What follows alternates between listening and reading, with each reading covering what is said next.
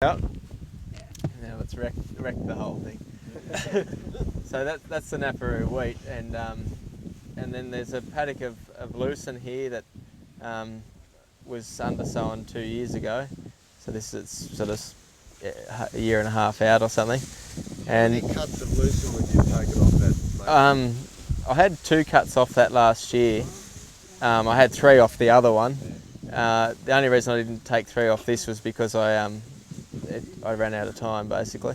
I had to go away and to the sales, but it was up ready to be cut, and the weather and the conditions didn't allow me to do it, basically. But so it's not a bad thing. It mulched down, and out here's the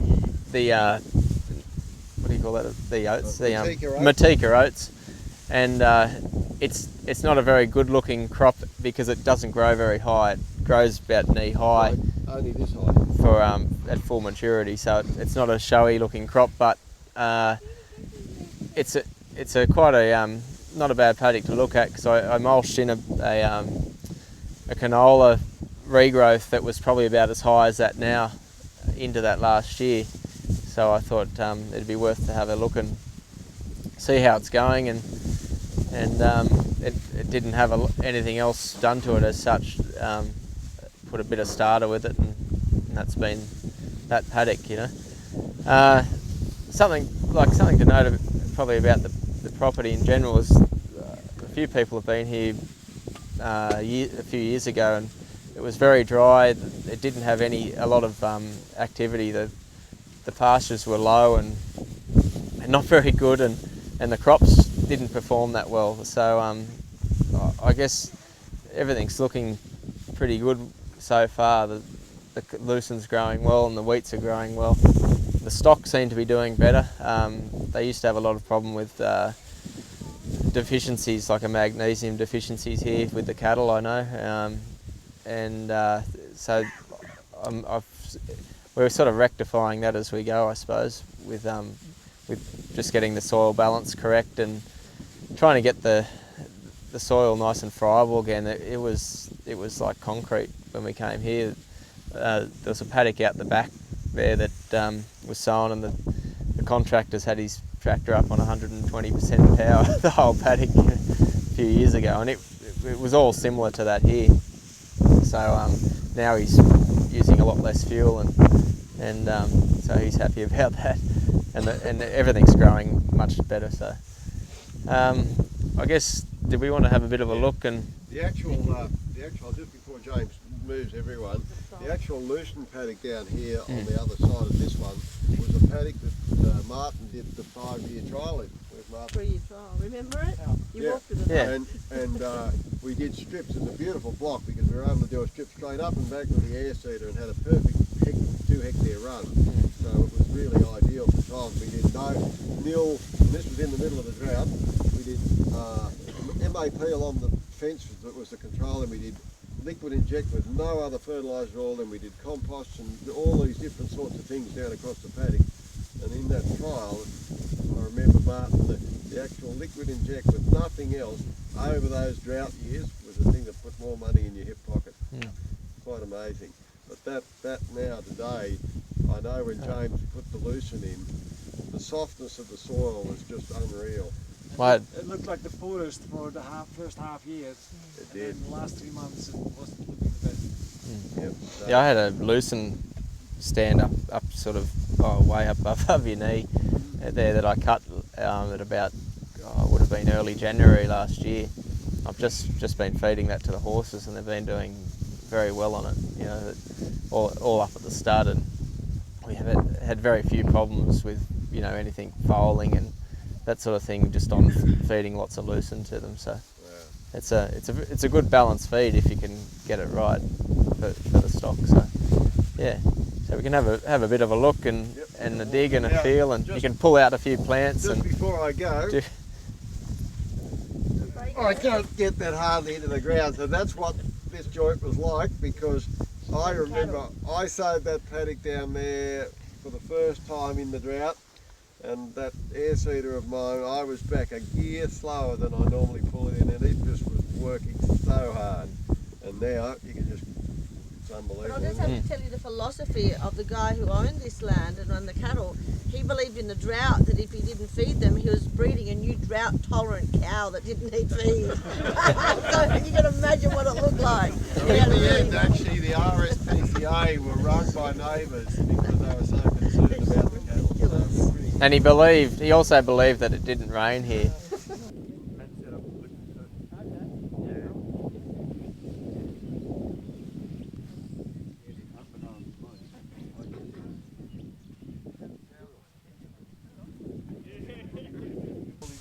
Something's eating this. Interesting to see. It's not a good spot because it's sort of this whole corner, but anyway, can't walk. You can't really walk. out of it.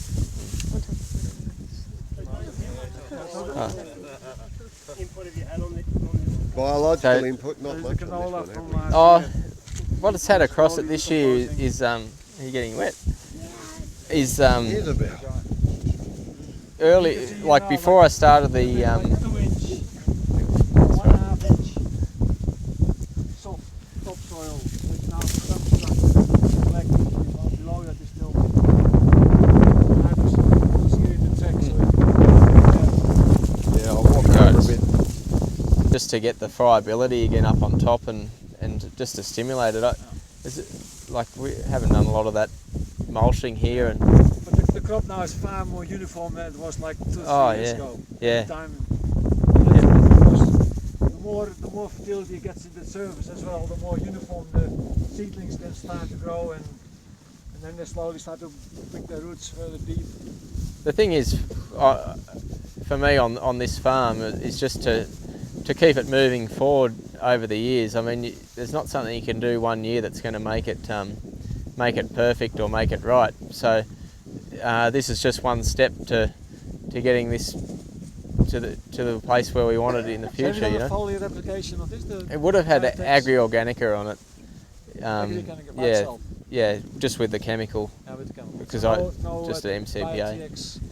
No, not this year. No, You thought about it. You got. I haven't got time. It's only with sowing. Yeah. It's sowing. Bit good Yeah. out there. Okay. A bit more Yeah. moisture out there. But Yeah, so here you can see. Like it's still like 1.5 inch of dark blacker soil and the lighter brown grey below. So every year you hope to for that layer to go deeper and deeper. It's like up till 3 years ago, like before with the droughts, etc., the dry years, was only like one. When I left here 3 seasons ago, there was only like 1-2 centimeters of layer surface, and now it's like 5-6 centimeters. So it's a very slow process. That year by year you try to increase that layer, that surface that is very fertile, and then more roots can go down deeper and start to explore the subsoil. And then, yeah, as you go deeper, kind of like the pictures I showed yesterday, like from the typical farm next door where there was like only this layer like with fertile soil, and then like with the good farmers, the foot deep black stuff over a 10-year period. That's the aim that we try with this type of genetic here as well. yeah, and so you sort of looking at just doing what you can each year is for me. Like last year, I had the canola up here, and I probably didn't have the right stock to be grazing it at that time. I grazed some of it, and I thought, well, it's an opportunity to mulch it in and to add a bit to the soil. It's a pretty hot, dry hill. I've seen it hot when it's been hot and dry anyway, and I thought if I can get it up and going, get a bit of biology happening and a bit of more humus in there, well, when I need it to perform for me, it will, you know. Yeah, so that was a volunteer canola that you mulched in. Yeah, and it was as high as this crop is now. yeah, Probably definitely. a little higher actually. Yeah, it was huge. Maybe, probably up about that high. Mm. I know the guy came in the corner here with a speed tiller, and he went along here, and the wheel slip was probably 50% on his machine, trying on top of the Wet. canola. It was It's big. very dense. And But it's all gone. Like Yeah, I looked out there. there's just nothing left. yeah, But it's all, like on that surface, it's all decomposed. so Like it's That's sort of what you got left. Is but that would have been last Some big year's. stems. Yeah, that would have been last year's. The actual maybe. hard stems left, maybe. Probably. Yeah. I'm going to say that this So- soil we're looking up in Rodaria today, this soil is what we're looking at CEC, is a bigger soil. And you can probably notice that when you look at it if you're having a dig. So it is more prone to drying out, and definitely, the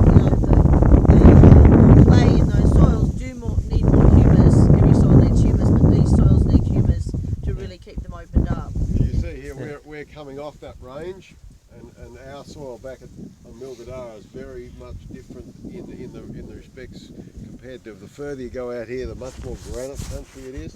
We've got a diorite. Anyway, this crop probably, well, last year it probably didn't look as good as this, It didn't look half as good. and it went 4 tonne to the hectare. So I'd assume this would go about probably, I'm hoping it'll go 5 tonne. It is. You won't believe me. Matika rates, if But you look up it- the NVT It trials really in does Australia, yield. Matika rates has topped the oat yield trials year after year. And It's it's just a unbelievable. feed, eh? Yeah, They just a grain only. But it gets, it's like you've got to, No, I'm talking about the grain. You just grow it for seed for the horses. That's right, yeah. oh sorry Jerry. That's Yeah. all right. It's actually quite a high quality oat though. It tests very well compared to a lot of the echidnas and things that usually lose test quality. Yeah. But this does test up pretty well. So, Can we go to the other page? so we can have a walk down and Yeah, I think John in was fibrous roots, and just look at that. I mean, you can't hardly get greater root density now. Surely you can get greater root depth. It's got a long ways to go yet, but look at the root density. That's really, really, really important. Think about what's happening in the soil. It's all about surfaces. Life arises at boundaries, and the surfaces are your boundaries in the soil. Your microorganisms in the soil don't live inside the particles, they live on their surfaces. And so your microbial life in the soil is dependent on that. But what feeds the microbial life is the root exudates of the plant that's coming from photosynthesis. That's what gives it all the energy. And look what this plant is doing. Wow. It's like, I bet you wouldn't see that in any conventional, so-called conventional field. Yeah, well, Yeah. the story with Humates is that while they've got all this tremendous potential in the soil, that there's actually probably more research on the use of both fulvic and humic acid now in animal and human health. In fact, fulvic acid, there's at least 10,000 pages on the net in relation to its findings as an anti-cancer agent of all things. But for livestock, you use sodium rather than potassium humates, and in this instance it's a product that includes fulvic and humic acid, sodium fulvic, and sodium humates with some trace minerals that you use at the same sort of rates as you use with cattle. yeah, Yeah. just use it. I put it in all my mixes, and I use it in the stables in their feeds. It's tremendous. It's sort of like a prebiotic stimulant of gut organisms, a powerhouse stimulant of gut organisms. So you really improve your gut efficiency. Yeah. And you can make the weight gain or improve Health. efficiency, and it's a proven immune booster. It's really quite a powerful immune booster. So it's got a real good role to play. Yeah. It's pretty cost effective. It's quite cheap. Yeah, well, I mean, we've been using it for probably 5 or 6, maybe more years with the horses, prepping them and in the mixes, and we always get comments on how well they look at the sales, and Yeah. so I suppose it, among other things, but it must help, like Well, we're competing against people with unlimited budgets, There's a Gold Coast, So Gold we- Coast trainer who's used it, has first year last year, had the most first year wins for a first year trainer. Oh, excellent. Good old stock days recently, they just don't perform as well without it. Yeah, well, that's it. So I'd be I just looking use it. into the silica uptake from the gut as a result of having those humates in the digestion. And that's what makes the coats so shiny, and it makes them have so much, like, it's your connective tissue, your cell wall strength, and those sorts of things.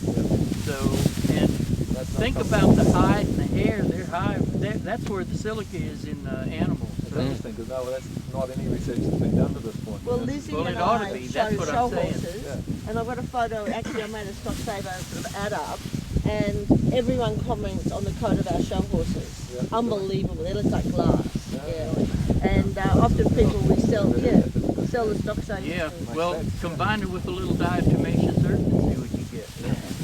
Then we talk about resilience There we go. between races, the recovery and all Yeah. that stuff. Yeah. With this, just the other thing I was going to ask about this in relation to the copper and zinc deficiencies a little bit. To see, did you do a foliar of those two or not? I haven't. No, I actually would love to have done it, but it's Yeah, just this time. it's escaped me, I'm afraid, and it's too late now, really. Yeah. So I Yeah, just incidentally, when we were looking at the cows, the cow that got identified as the fat cow, the one that was going to be the best nick for breeding, she was the least copper deficient, and it's really, really clear with Angus breeds, when they get that rusty color in their coat, it's copper deficiency. And she was the blackest, sleekest one of the lot, and she was the fat cow. So there's a correlation there that we, I mean, I'm looking at them from a distance, and I picked her out. That cow there is the one that's the least copper deficient. They were all copper deficient. And she was the fat cow.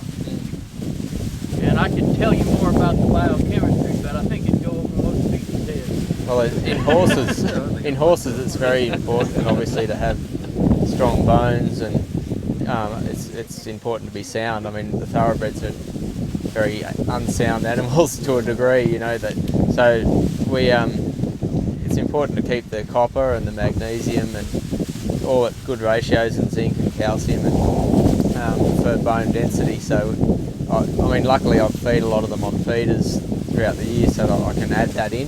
The thing to realise for the point of to justify coming out here, even though you're busy, to get it into the crop rather than feed, is just how much better exhaust it is after planting it than any other supplement. Well, that's the true 98% bioavailability minerals that you put into your foliar spray. Mm. So it's actually a hell of a cost saving for bigger picture. So if you use the foliar first and then feed it back, that's true. Does it really cut that? It's got all this cofactors with All the it. co-factors in there to make it work. Yeah, well, that's right. You're not having to. Yeah. I just look at that paddock of wheat there, you know, just looking at over here when we first were doing things on this farm with James, these paddocks weren't even. You know, you could really notice uneven ability, but you look across that now, that is just so even, and even this age, you know. Yeah, I think. If you had seen this country when we first took it over, it was wall to wall blue thistles. Like they weren't there, thousands of blue thistles. Among other things. Among Yeah. That's a good every sign. other week. Yeah, it's good. They're good things. Yeah, they're a good thing. They were helping it out. Well, they were, but it Yeah, was you just had to take it pretty to the next stage sad yourself. story when you took it over from a place that had been totally overgrazed, you know, set stock really flogged into the ground, and you went in there in the middle of a drought and you think, Long way. holy smokes, what do I do here? That But I was. credit to Jones. I mean, he's really taken it on, and he's done some amazing improvements, and yeah, they look great. We've got a ways to go, and the best is yet to come. So Oh, just yeah. got to keep. Give it 30 years. You're all after the Melbourne Cup. It all you takes know, time. Yeah, that's No, right. I'm Yeah, very it might take me glad- 30 years You'll to get be a a Melbourne legend Cup in runner. You want your life, mate. I'm very glad Martin's been able to come back today because he actually saw it in the worst of its history there when that trial first started, and he can see what happened. And yeah, And that's not like, even if it's only 2 inch now that it starts to be active, like that, what that 2 inch does to a standing crop. Yeah. It's like the seedlings. Like anything, like when a seedling starts poor, it's very difficult for the seedling of an annual to catch up. So if an annual starts very well, it can keep going. If it starts bad, and like with the drought after sowing and all that stuff, if you don't have the right sowing depth and the right conditions of moisture at the seedling, it can never catch up. If your roots, like of an annual crop, or if it starts growing, then if the roots are restricted by the density of the soil, too dense and not enough air and things like that, those plants can never catch up. So then when you have, after flowering, when you have a dry finish, those plants just starve to death, you get haying off. because they can't get the moisture, they can't get the minerals to keep filling the grain.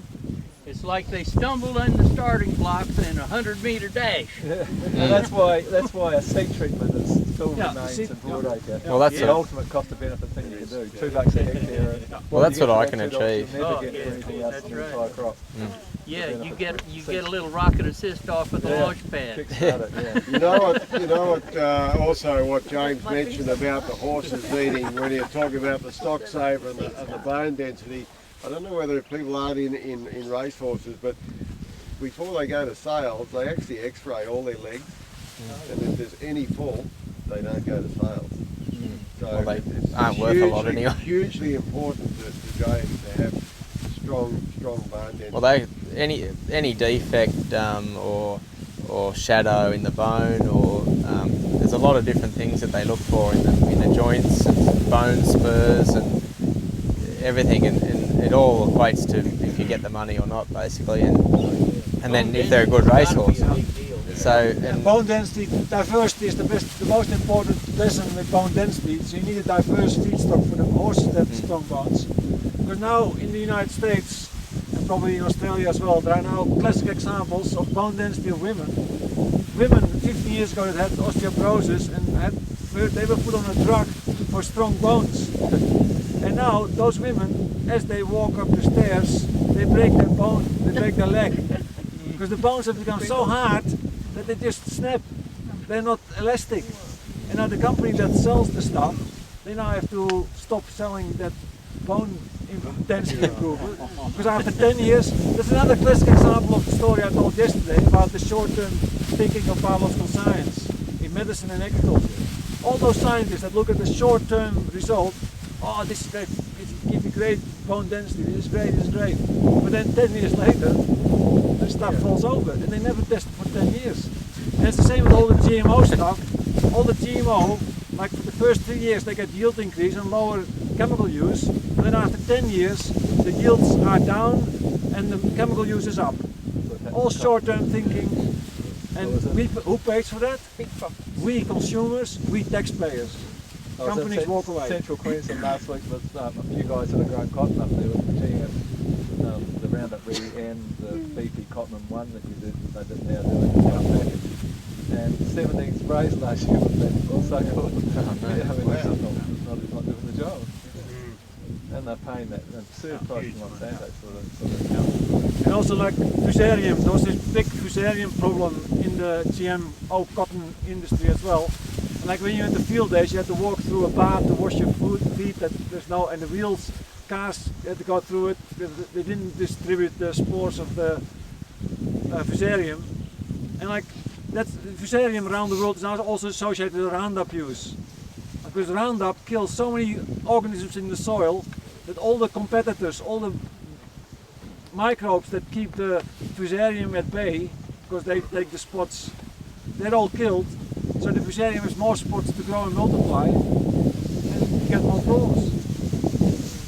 So that's always, and like the bed bugs, like continuing with that story, like in Mother Nature, with all the microbes, only 5% are pathogens. 95% are beneficial for us humans and for plants and animals. And the 5%, we call them pathogens, because pathogens are microorganisms that have to take the food. While the beneficials, they get the food from the hosts. Like on our skins, we have bacteria. They protect our body because they're beneficial. So our body feeds them and they protect our body. The plants, like all these microbes on the roots, they protect the plant against diseases. So the pathogens can't get to the root. The nematodes can't get to the root because they are protected. So all the pathogens try to get the food, and then the beneficials try to keep them out. Because the beneficials do that because if the pathogens take the food, then the plant and the animal and the human doesn't feed them anymore. So that's why 95% in nature, it's all beneficial. They protect and they feed the organisms that they support. So now in our modern world, we have killed so many beneficials that pathogens survive more and they take all the stuff. And that's the classic example that we have to fight. But the official world, they're all happy because they can still sell all the chemicals and all the stuff And as a farming community, you become more and more dependent on the companies. And they develop all the products that help you to survive.